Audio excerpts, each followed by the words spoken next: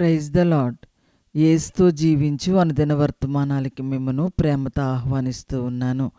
ప్రియమైన మీ అందరికీ కూడా నా యొక్క ఉదయకాల శుభాలు తెలియచేస్తూ ఉన్నాను. ఎలా ఉన్నారు? బాగున్నారు కదూ? మరణదిన వాక్య ధ్యానంలో 14వ కీర్తన 4-6 వచనములు. యెహోవాకు ప్రార్థన చేయక ఆహారం రింగునట్లు నా ప్రజలను మింగుచు పాపము చేయి వారందరికీ తెలివి లేదా? పాపము చేయవారు బహుగా భయపడుదురు.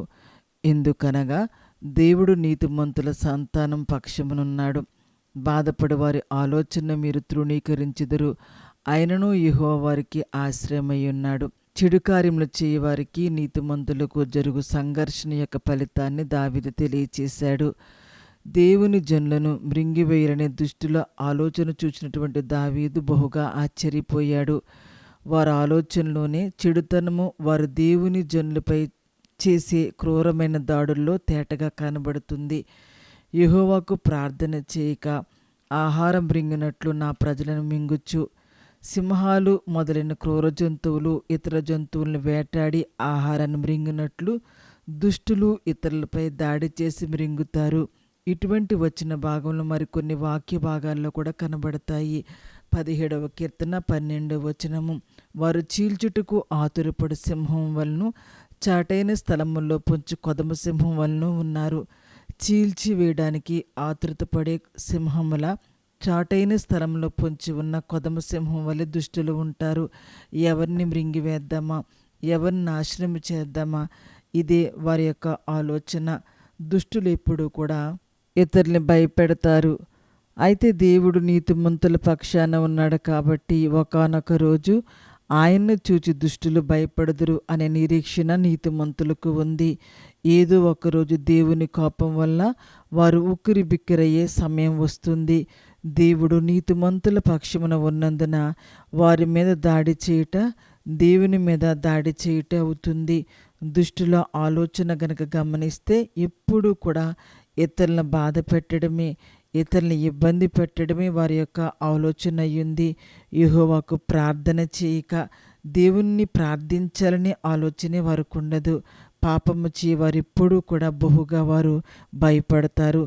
దేవుడు ఇప్పుడు కూడా నీతిమంతుల పక్షం ఉన్నాడని పాపము చేయవారు చూచినప్పుడు వారు బహుగా దేవునికి భయపడవలసిందే. గమనించండి, పాపము చేయవారు కొంతకాలం వారు దుష్టత్వంలో ఫలింపవచ్చు.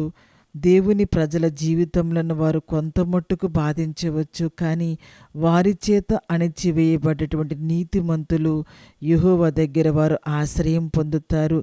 ఒకవేళ మీరెవరి చేతనైనా నేను మోసపోయాను, నేను వారి చేత అణిచివేయబడ్డాను, నన్ను చాలా బాధ పెట్టారని మీరు బాధను అనుభవించారేమో. ఒక్క విషయాన్ని మీరు గమనించండి, మిమ్మల్ని ఎవరు అణిచివేసినా కూడా మీరు దేవునిలో ఆశ్రయాన్ని పొంది ఉన్నారు. ప్రభువు మీ పక్షంగా ఆయన ఉన్నారు. మొన్న ఒక సహోదరుడు చెబుతూ ఉన్నాడు, నా అన్నదమ్ములందరూ కూడా నన్ను వేరు చేసి నన్ను ఇబ్బంది పెడుతూ ఉన్నారు. చాలా క్రూరంగా వారు నా పట్ల ప్రవర్తిస్తున్నారు. నేను ఒక్క మాటే చెప్పాను, ప్రభువు నీ పక్షంగా ఉన్నారు, నీవు భయపడకు. అవును కదండి, ప్రభువు మన పక్షంగా ఆయన ఉన్నారు. ఆయన మనకు సహాయము, మనకు కేడెము. దుష్టులు మన మీద దాడి చేసిన, ఎన్ని రకాలుగా మనలను మాటలతో ఇబ్బంది పెట్టినా వారు మనలను ఏమీ చేయలేరు. ప్రభువు మనకు తోడుగా ఉన్నారు. ప్రియమైన వార్లారా, ఎంత నెమ్మదిగా ఉందామన్నా ఎవరో ఒకరు నన్ను అణిచివేస్తూ ఉన్నారు. ఎంత సంతోషంగా నేను గడుపుదామన్నా నన్ను నా సంతోషాన్ని ఇతరులు హరించి వేస్తున్నారు అని దిగులు చెందుతూ ఉన్నారేమో, కన్నీరు కారుస్తున్నారేమో. దేనికి కూడా దిగులు పడకండి. ప్రభువు మీ చెంత ఉండగా మీకు దిగులెందుకు, కన్నీరెందుకు?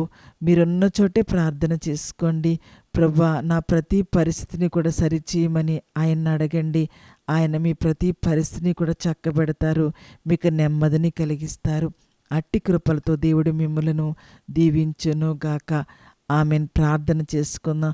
ప్రియదేవా, మీకు వందనాలు చెల్లిస్తున్నాను. ఈ యొక్క ఉదయకాల సమయం మందు మంచి వాగ్దానాన్ని బట్టి నాయన మీకు వందనాలు.